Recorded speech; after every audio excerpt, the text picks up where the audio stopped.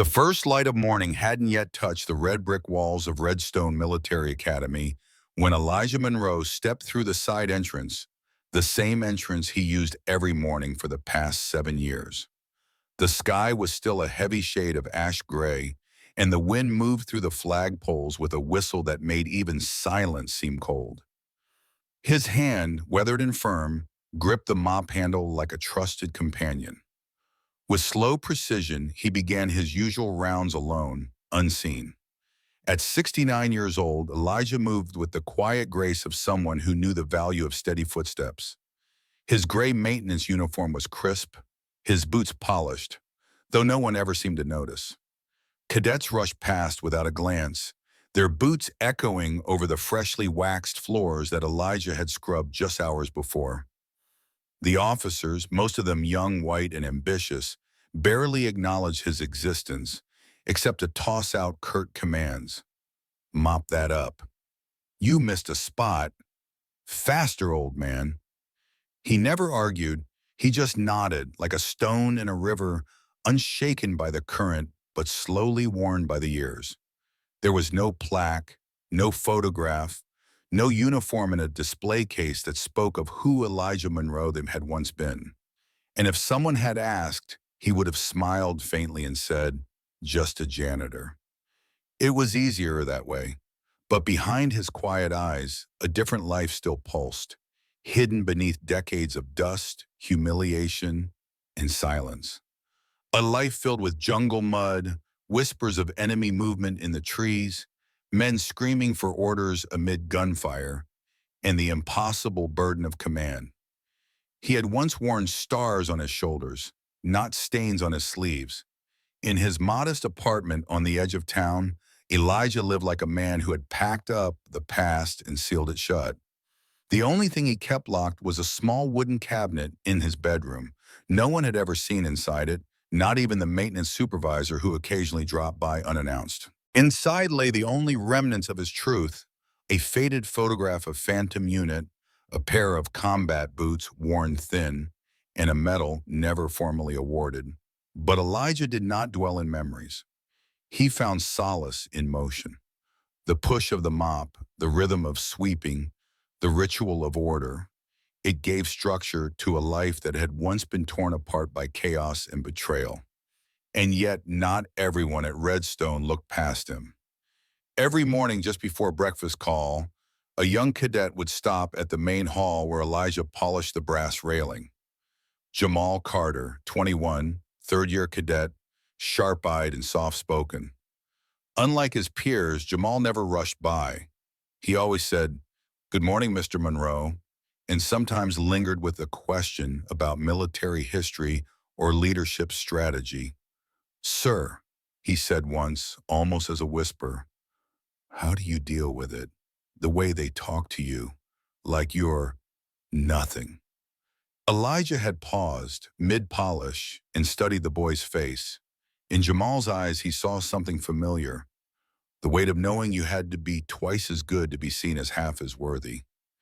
"You know who you are," Elijah had said softly. "That's the only thing they can't take from you, unless you let them." Jamal had nodded, but he didn't fully understand. Not yet. And Elijah did not elaborate. He didn't mention the lives he had led through enemy lines, the missions classified and erased, or the fact that he had once been Lieutenant Colonel Elijah Monroe, commanding officer of the most elite reconnaissance unit in Southeast Asia. He simply returned to his work, shoulders straight, movements precise. That evening, as Elijah walked home under the pale pink dusk, the wind carried with it a faint tremor of change. A new name had appeared on the Academy's bulletin board, General Raymond Cole, scheduled to speak at the Veterans Honor Ceremony. Elijah stopped in his tracks. He hadn't heard that name in nearly 50 years. His heart clenched, not with fear, but with something older, deeper. Memory. He had saved Raymond Cole's life in the jungle, and Raymond Cole had been the last man to salute him before his world fell silent.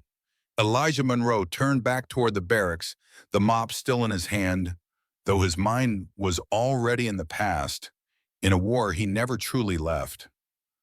Something was coming, And for the first time in decades, Elijah wondered if perhaps invisibility was no longer an option. The next morning, the wind over Redstone Academy carried a different tone. It wasn't just colder. It felt alert, like the campus itself was holding its breath. Cadets were unusually punctual. Flags were hung at precise angles. Conversations were hushed. General Raymond Cole had arrived. Elijah Monroe knew without asking.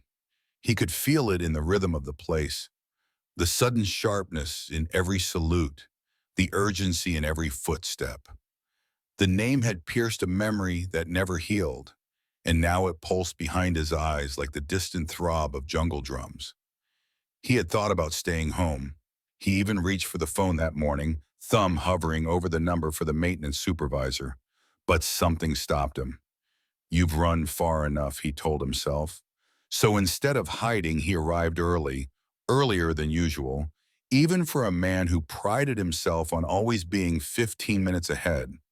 At 5 a.m., he was already polishing the brass in the main rotunda, beneath the Academy's stained glass skylight that cast fractured reds and blues across the polished marble floor. A fitting place, he thought, for ghosts. By 7:30, the Cadet Corps was in formation for General Cole's inspection. Elijah kept to the shadows, pushing his cart methodically through Hall C, but he was no longer invisible. Whispers floated through the halls. "He's here longer than planned. He's looking for someone. From his old unit. Some Vietnam op." The words slipped in and out of earshot like loose threads. Elijah didn't grasp for them. He didn't need to. He already knew, and he remembered. Operation Ember Run, May 1971. The smell of wet soil and rot. The scream of helicopter rotors as they crashed behind enemy lines. 12 soldiers surrounded by insurgents. No communication, no reinforcements. And he, a black officer in a war zone, doubted by half his unit, trusted by even fewer. But he had led them anyway. 30 miles through hostile jungle, discovered an arms cache large enough to fuel an entire offensive against American forces, devised a deception operation using captured equipment to draw enemy forces away, saving not only his troops, but a trapped battalion of over 300 soldiers. It was the mission that should have earned him the Distinguished Service Cross, a promotion, a place in history. Instead, it earned him silence. Elijah clenched the mop tighter. His knuckles whitened. The memory never faded. It had simply been buried, just like the commendation, just like the name Lieutenant Colonel Monroe. By mid-morning, he had made his way to the north wing when a familiar voice stopped him cold. "I've been following false trails for years," a deep voice echoed through the open office door ahead. "But I know he's here, somewhere. Someone made sure he disappeared, and I let them." Elijah recognized it instantly, even after 5 decades. General Raymond Cole. He was speaking to the Academy superintendent, his voice calm but lined with urgency. "They called him too strong-willed," Cole continued. "That was code. We both know it. His commendation vanished. His reports were rewritten. His name erased." Elijah stepped backward instinctively, the hallway spinning. This wasn't an official visit. It was a reckoning. And for the first time in a long time, Elijah's carefully ordered world began to tremble. The past he had carried like a weight had suddenly shifted. Someone else had been carrying it too. Someone who hadn't forgotten. That night, Elijah unlocked the wooden cabinet, not just to look, but to remember on his terms. Inside were the fragments of a life deliberately lost. A folded uniform with faded lieutenant colonel insignia. A crude medal made from shrapnel, etched with, "To the best damn officer in Ember Run." A photo of 12 men in muddy fatigues, all saluting one figure in the center. Him. His fingers trembled as they traced their faces.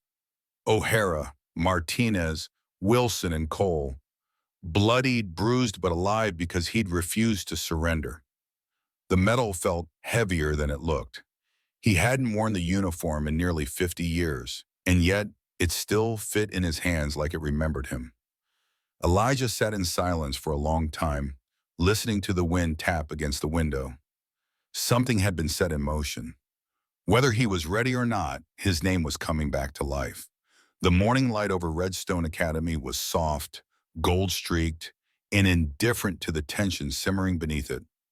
Inside the donor reception hall, where rich mahogany walls met polished marble floors, Elijah Monroe worked alone. He moved like a man painting a memory, each stroke of the cloth intentional. Quiet, clean. The chandeliers above shimmered faintly, not from grandeur, but from his hand. He had cleaned this room hundreds of times. Today it felt different. The air was too still, the silence was too loaded. And he wasn't wrong. Behind him, the doors swung open with exaggerated force. Major Andrew Whitman entered with two junior officers in tow, perfect uniforms, practiced smirks. Elijah didn't flinch. "Jackson," Whitman called, using the wrong name on purpose, as always. "This floor is a disgrace." Again. Elijah turned slowly, gaze steady. "Yes, sir." There was no stain, no dust, not even a footprint. But the game was never about cleanliness. It was about power. Whitman watched as Elijah dipped the mop and began again, over the same spotless patch he had just finished. "You see, gentlemen," he said to the donors trailing behind him, "we hold every standard high here, even for the janitorial staff." Elijah said nothing. The humiliation no longer shocked him. It merely passed through like cold wind, cutting, but not fatal. Still, he could feel something shifting in his bones. A weight he had grown used to carrying suddenly began to lift. The room grew quiet as another figure entered. Cadet Jamal Carter, carrying logistics paperwork for the reception. He stopped mid-step, his eyes locked on Elijah, mopping clean air while officers laughed. Something inside Jamal cracked. "Sir," Jamal said sharply, turning to Whitman, "Mr. Monroe's already finished here. The floor is spotless." Whitman turned slowly. "Cadet Carter, were you addressed?" "No, sir," Jamal answered, voice firm, "but I won't stand by and watch this." The room froze. Even Elijah's mop stilled. Whitman's expression darkened. "You're out of line, cadet." "And you're out of excuses," Jamal replied.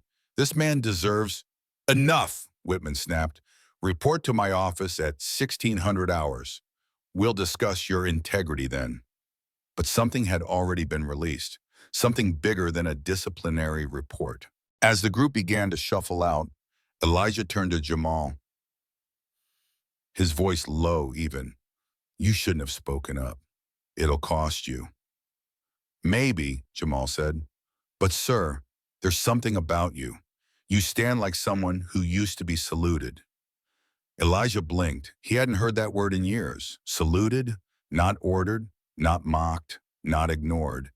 And Jamal had said it not as praise, but as truth.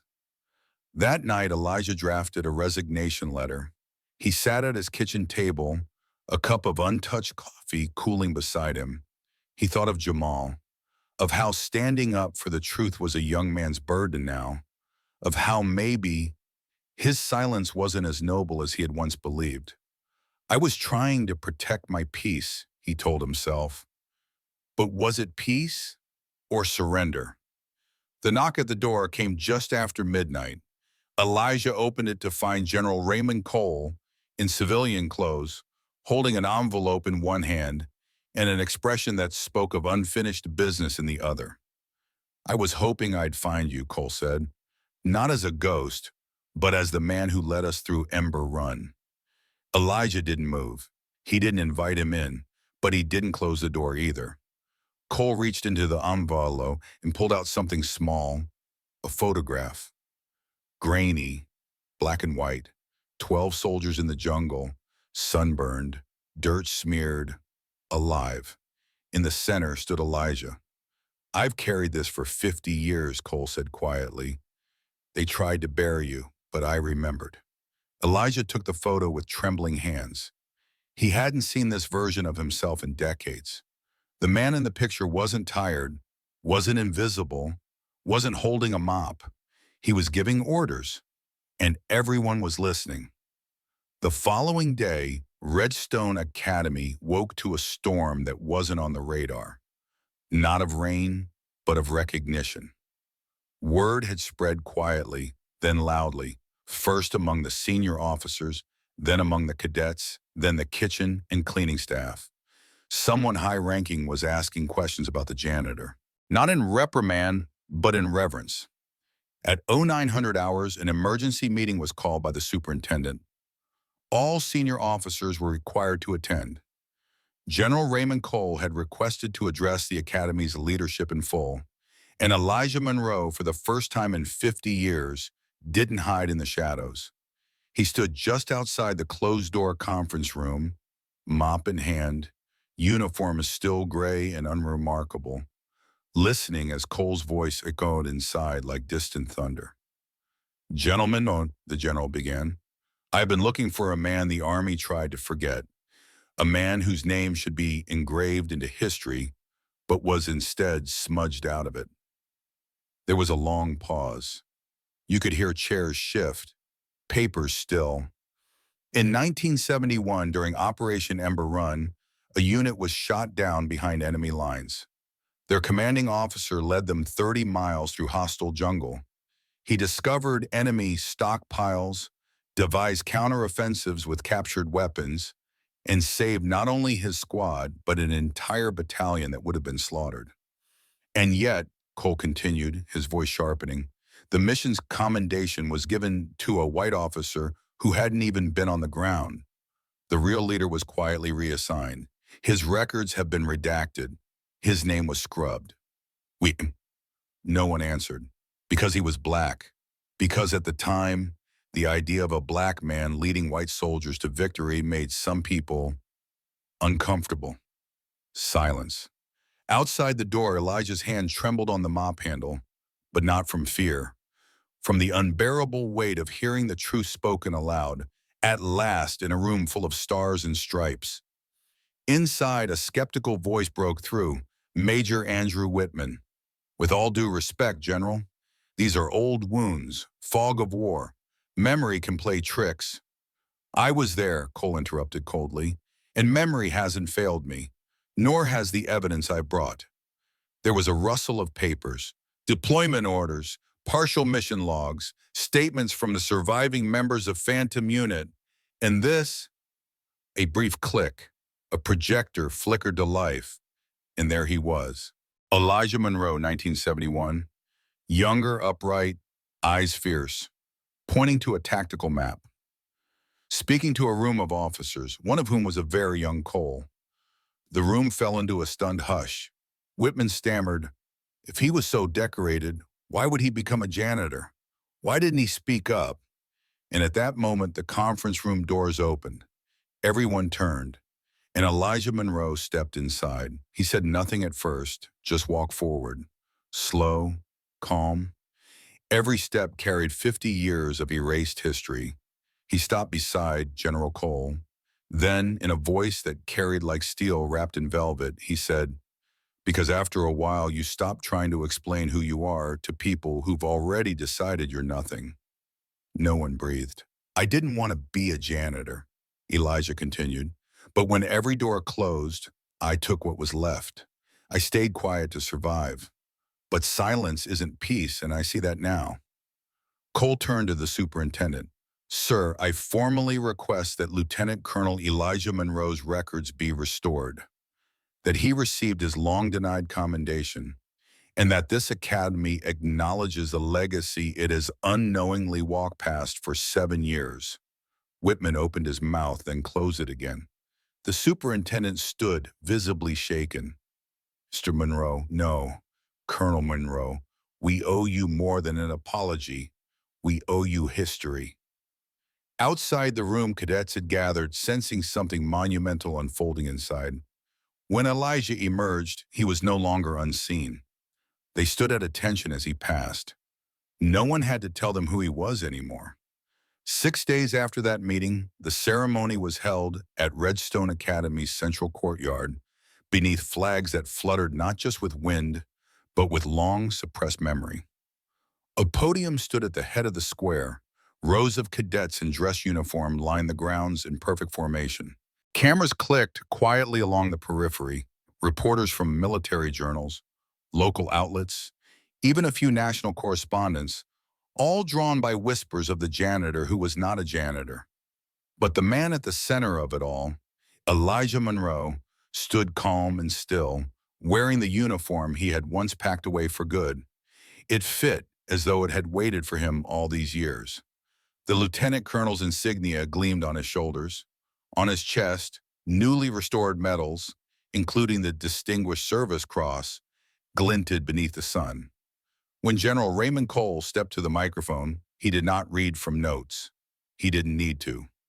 Today, he began, we do not honor a new hero. We honor one whose heroism has echoed through silence for 50 years. A leader who saved lives, upheld honor, and bore injustice with a strength no metal could measure. He paused, letting the words settle into the wind. This is not merely a correction. This is a reckoning. Then he turned toward Elijah. And Colonel Monroe, on behalf of the United States Army, and as one of the many men whose life you saved, I offer you this, not as a gift, but as something long, painfully overdue. He extended the medal, but Elijah didn't immediately reach for it. Instead, he stepped forward to the microphone, his hand steady, his gaze clear. I used to think silence was survival, he said. And for a while, maybe it was. But silence has a cost. His voice was low, but it carried with uncanny clarity. Cadets leaned forward. Officers held their breath. When you erase someone's name, Elijah continued, you don't just erase their record. You erase their place in the world. You teach others that dignity can be stolen quietly, that excellence can be ignored if it doesn't look like what the system is used to seeing. He looked across the sea of young faces. You all deserve to serve in a military that honors truth, not just comfort, where the full measure of a man isn't determined by skin or silence, but by the character forged when no one's watching. He nodded toward Cadet Jamal Carter, standing near the front row. This young man reminded me who I was, by standing up when I had forgotten how. Jamal's eyes welled slightly. He did not blink. I accept this honor, Elijah said, placing his hand gently over the medal. Not only for myself, but for every soldier whose name never made it to the wall, not because they weren't brave, but because the world wasn't ready to see them. He stepped back, and as the crowd erupted into a standing ovation, a different kind of silence settled. The silence of reverence, not erasure. In the weeks that followed, Colonel Elijah Monroe was appointed Special Advisor on Diversity and Historical Integrity at Redstone Academy. His former janitor's office, bare and windowless, was replaced by a corner room overlooking the cadet parade field. On the wall hung the now famous photo of him from 1971, surrounded by the men of Phantom Unit. Below it, a brass plaque, "Truth delayed is not truth denied." He launched a program named the Echo Initiative, aimed at identifying forgotten or misrepresented contributions of minority service members throughout military history. It's the first cadet scholar, Jamal Carter. One rainy evening, as Elijah was reviewing files late in his office, a knock sounded at his door. A new cadet entered, nervous, young, black. "Colonel Monroe?" he asked softly. "I just wanted to say thank you. I almost dropped out in my first week. But then I saw your story. I stayed." Elijah smiled. He didn't need a speech. He simply nodded and gestured toward the chair across from him. "Tell me your story, son," he said. "Let's make sure no one ever forgets it." For 50 years, Elijah Monroe walked invisible among the institution he once protected. Now he walks as a symbol, not just of what was lost, but of what can still be reclaimed. Because sometimes the most powerful sound in the world isn't applause, or orders shouted, or medals pinned. It's the quiet voice of someone finally calling you by your true name. The lesson from Elijah Monroe's story. Elijah Monroe's journey teaches us that dignity does not fade with silence unless we allow it to. In a world that often overlooks those who do not fit its narrow mold of recognition, his story reminds us that true excellence may live in the shadows, but it never truly disappears. He shows us that being forgotten is not the same as being unworthy. Even after decades of erasure, the truth can still rise, not as vengeance, but as quiet restoration. But perhaps the most profound lesson is this: silence, while sometimes necessary for survival, should never become permanent. Speaking up, even late, can change not only your own life, but the lives of those who come after you. Elijah didn't seek revenge. He sought recognition, not for himself, but for every person who had been diminished, denied, or dismissed. His decision to step forward, even after years of injustice, became a turning point, not just for his name, but for an entire institution. The story also reminds us of the power of allyship across generations. Without the courage of Cadet Jamal Carter or the persistence of General Cole, the truth might have remained buried. Justice, after all, is rarely the result of one voice, but of many choosing to see what others have been taught to ignore. In the end, The Forgotten Sentinel isn't just a story about war or medals or redemption. It's a story about visibility and the unshakable truth that every human being carries a legacy, deserving not just of memory, but of respect. Let us never mistake quiet for insignificance again.